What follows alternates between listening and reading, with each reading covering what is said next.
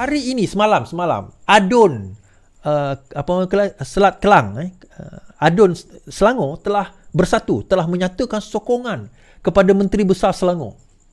Azmin tak puas hati. Azmin kan Ketua Pembangkang Selangor, tak puas hati dia.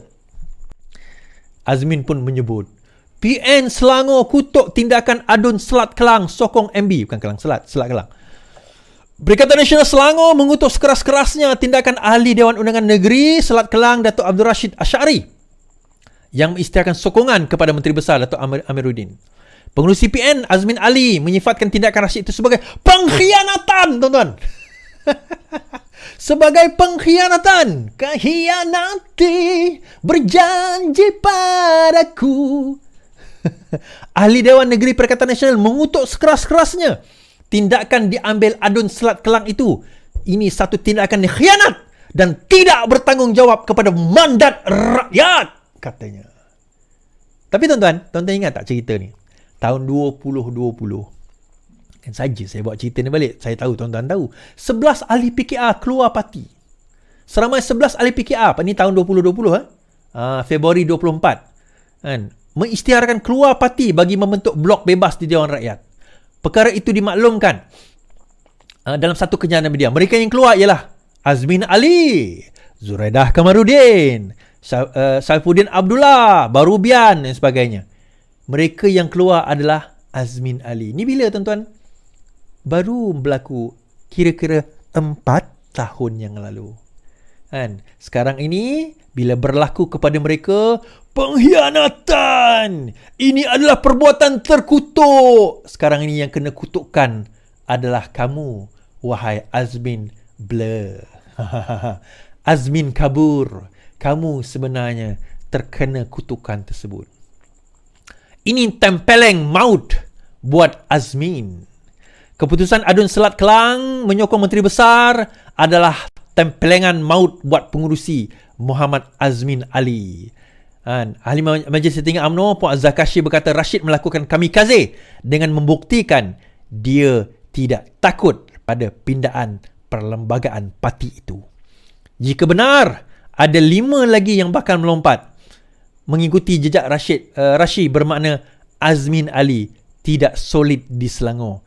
Dia bukan poster boy bersatu di Selangor.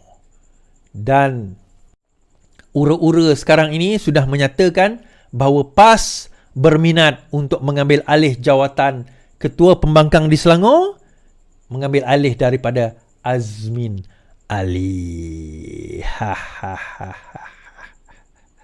Akhirnya tuan-tuan, pengkhianat akan dikhianati. Let's take a deep breath and kita ambil masa untuk kita melihat dan memerhatikan apa yang berlaku itu. Dan kita lihat sendiri sekarang ini bagaimana Azmin itu dikhianati.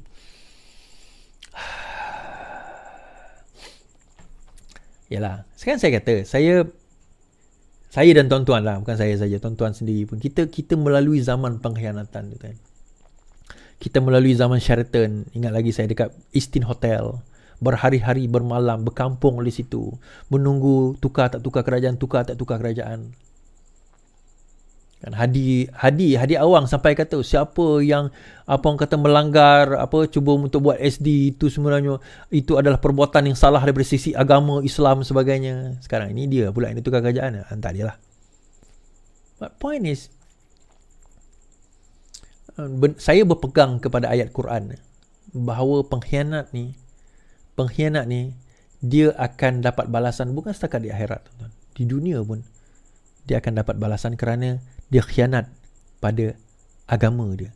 Sebab itu antara sifat orang munafik. Saya bukan kata orang PAS ni munafik ataupun Azmin Ali ni munafik. Cuma saya terangkan sifat orang munafik. Salah satunya, dia diberi amanah, lepas itu dia khianat. Good year Malaysia kilang di Shah Alam yang bertapak 50 tahun bakal gulung tikar.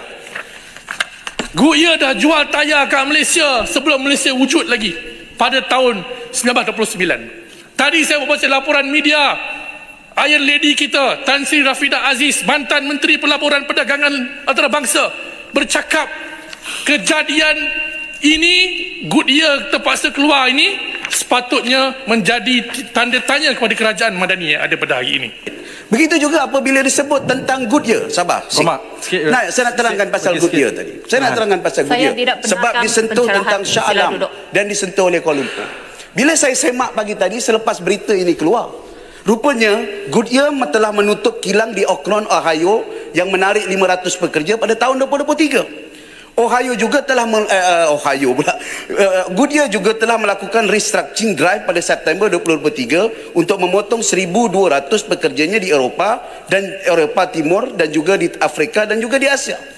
Ini dilakukan kerana Goodyear telah menstruktur semula struktur perniagaan mereka kerana tak mampu bersaing dengan pesaing-pesaing lain seperti McLean and Bridgestone.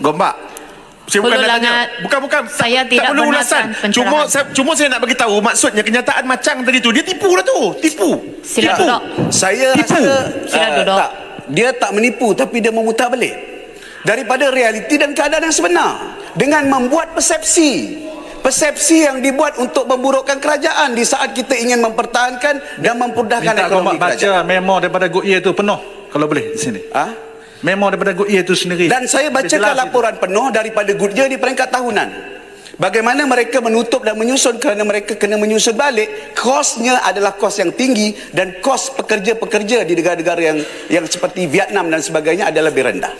Ini adalah contoh bagaimana kita harus menganggap dan kita kena menerima. Bila kita sebut kelulusan pelaburan yang datang tahun 2024 bernilai 329 bilion, dia kata tipu pula.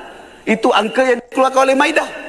Itu contoh bagaimana perubahan dan perbaikan telah dilakukan dan ada ruang lain untuk kita lakukan. Alright. Now, apa yang disebut oleh apa orang kata Amiruddin, Menteri Besar Selangor tadi, dia menjawab, dia juga ahli Parlimen Gombak mengenai Goodyear sebenarnya. Apa yang berlaku kepada Goodyear? Betul, kita tak menafikan Goodyear sudah membuka kilang di negara ini 50 lebih tahun. Sudah ada dalam negara ini 50 lebih tahun. Now, kalau kita kaji dan kita lihat apa sebenarnya yang berlaku kepada Goodyear. Di samping boykot, kalau tuan-tuan perasan, bahawa ini ada boykot dilancarkan, antara yang diboykot untuk disebabkan oleh Gaza dan Palestin adalah jangan beli barangan di Goodyear.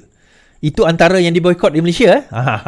Walaupun kan yang banyak memboykot ni kan juga walaupun. Tapi saya pelik bila mereka mempersoalkan kenapa kenapa Goodyear keluar. Okey, tetapi tak apalah, itu sampingan sahaja.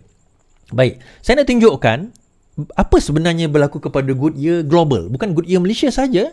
Kita talking about Goodyear global daripada segi pendapatan, dari segi earning mereka. Kan? Pada tahun ini berdasarkan laporan Februari 2024. Now, apa yang berlaku kepada Goodyear? Goodyear Tire and Rubber Company report quarter 4 earning amid strategic transformation. Net sales quarter 4 net sales Goodyear telah menurun 4.8% year over year kepada 5.116 bilion USD. Net loss, Goodyear telah melaporkan kerugian bersih sebanyak 291 juta USD pada kuartal keempat berbanding dengan net loss 104 juta pada tahun sebelumnya. Maksudnya tahun sebelum tu pun rugi juga. Kemudian kalau kita tengok daripada segi earning per share dia orang pun, EPS dia pun, earning per share juga negative 2. Kalau saya boleh share berkenaan dengan earning per share mereka juga telah menurun dengan drastik.